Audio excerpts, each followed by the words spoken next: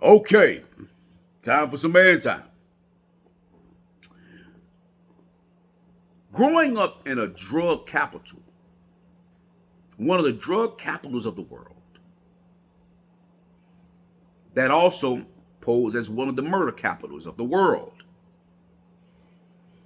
and living in the projects with a hood bitch mama. You all call them single mothers. I don't call them single mothers. I call them daughters. But I say single mothers just so people can understand what I mean. Because the nature, the whole makeup, the design, the mold of a single mother is a daughter. But we'll get to that. Bouncing from my aunt's house that was in another project in another part of town that used to war with my part of town, and then going into another projects where one of my mom's other aunts lived that used to war with my side of town, and then going to another side of town where I had cousins who lived that used to war with my side of town. Being able to grow up in all of these different projects in all of these different households with all of these different family members, it made me a hybrid baby. I was able to go wherever I wanted to go in town. And I was the same dude. I ain't have to calm the fuck down or heighten up, none of that, because I was him everywhere. I'm a rare breed. I'm a hybrid baby. I'm a lichen of sorts. Yeah. It taught me something. It taught me that all ghettos operate the same.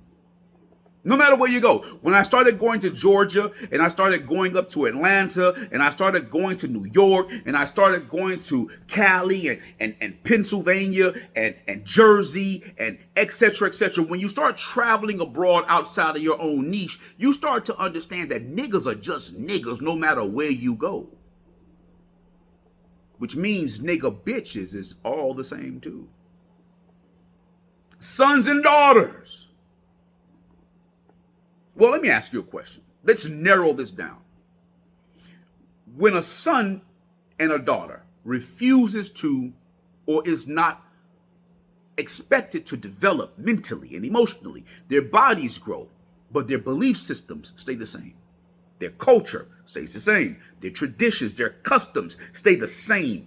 All of the people that they deal with, they stay the same. The people who they connect with on the outside come and go, but that core stays the same. What do you think happens when they have children?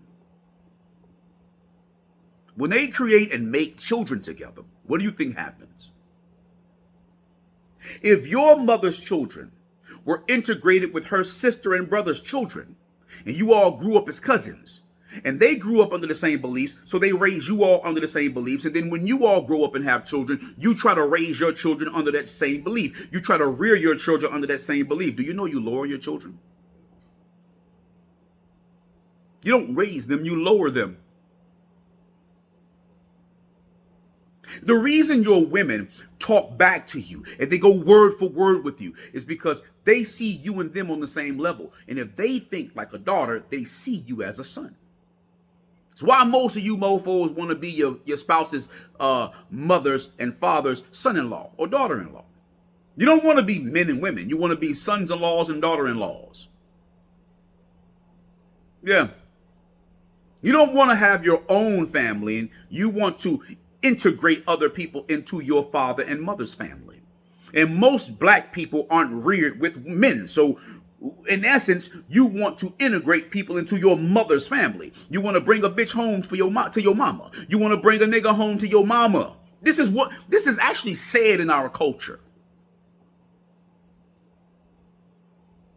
What do you call a daughter who does not get your permission to date, nor get your permission, rite of passage, or consent to go get fucked? What do you call them? We call them rebellious or rebels. Now, when a rebel or rebellious son or daughter brings home a baby for father and mother to help raise, don't they become brother and sister figures to their own child?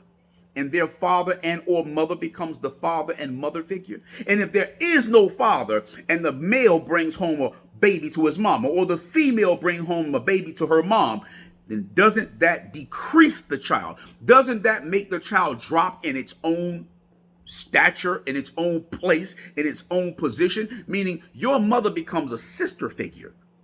Your father becomes a brother figure. Your grandma becomes the mama figure. And if there is no father that's being respected to make decisions, just fix shit. You all talking shit about males are only saying this because you want males to fix your problems. You want the right to fuck it up and he have to fix it. AKA, you want to control it but not have to be responsible for it. You want all the say so but none of the responsibility, none of the accountability. AKA, BKA, you want all the good and none of the bad. Isn't that interesting? You want all the good, but none of the bad. Yeah.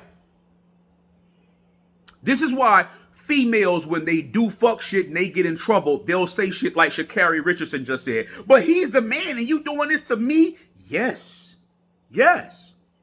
Now, what happens when out of 100 children, you can almost guesstimate and be sure of it to be pretty correct that only 10 to 15 will have father and mother in their lives, active.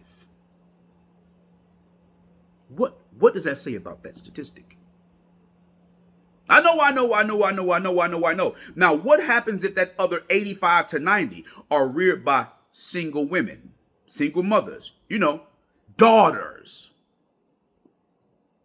When their kids get in trouble, they defend their kid. They don't want people reprimanding their kid. They don't want other people chastising their kid. Yet they put their kid in society to learn. You send your kid to public school to learn in society, but you don't want the teachers to reprimand and discipline or to chastise your child. Because then it's yours. You don't want to have to rear your children and teach your children and do everything for your children. You want the world to do it, but you don't want to share control. You want the child to go to church to get blessings, but not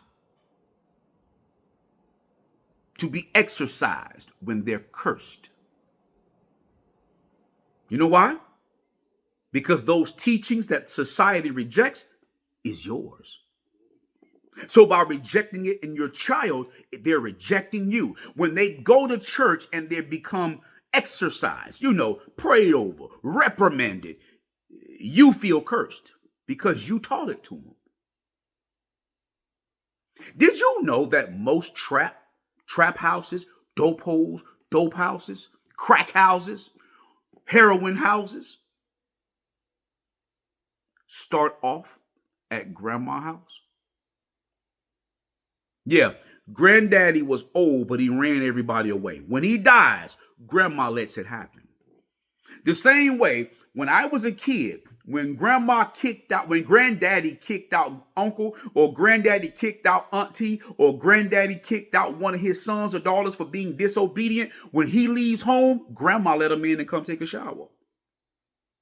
Grandma let him in to come sleep, to come get something to eat. Because she can't stand to see them suffer. It's also why when women have children who are out here bodying people, they're murderers. But when somebody murders them, they cry and seek justice. But they didn't cry and seek justice against their own child,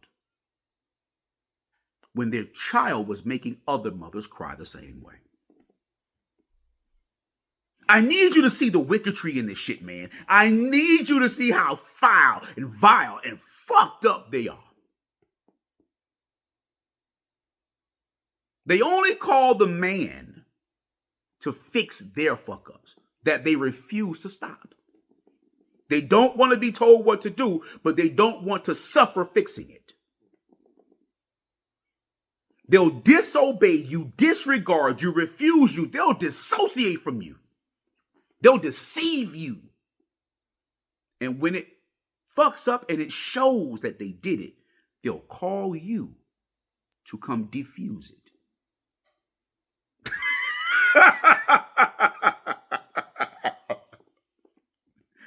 Why else do you think that most dope boys, most street niggas, most of these bodyers out here come from single mothers?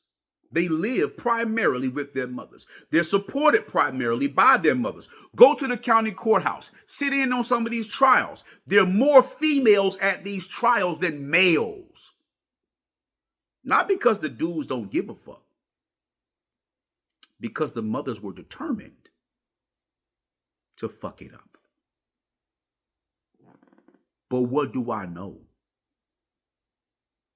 I'm only a proponent of the same bullshit. I was only the same type of nigga, the hybrid, the lichen baby. I just know my history. I know your blueprint. I know your playbook, and I don't give a fuck about telling it. You're not going to stop the shits until you stop the people who birth it into society. You know, those who have a propensity to be drawn to love, to lust, vile, wicked, evil things. Anywho, like, comment, share, and subscribe. Let's get the conversation started. I'd like to hear your version of where this vile, wicked, destructive, evil culture gets its lifeline from. And until that time, man, time out. Oh, wait, whoa. Pause. If a sperm cell turns into a brain and a spinal cord, and the heart develops in the mother, it means the man is responsible for the mind and the heart is responsible. The female is responsible for the heart. Unless the heart is connected to the brainstem, the spinal cord or spinal column, right? By that logic, if you remove the man and you give the teachings to the mother, and you give the emotion to the mother shapes the mind and the heart. What does the child become? A carbon copy of the mother. But what do I know? I'm an asshole. Anywho, I'm out this piece. Let's get the conversation started. Man, time out.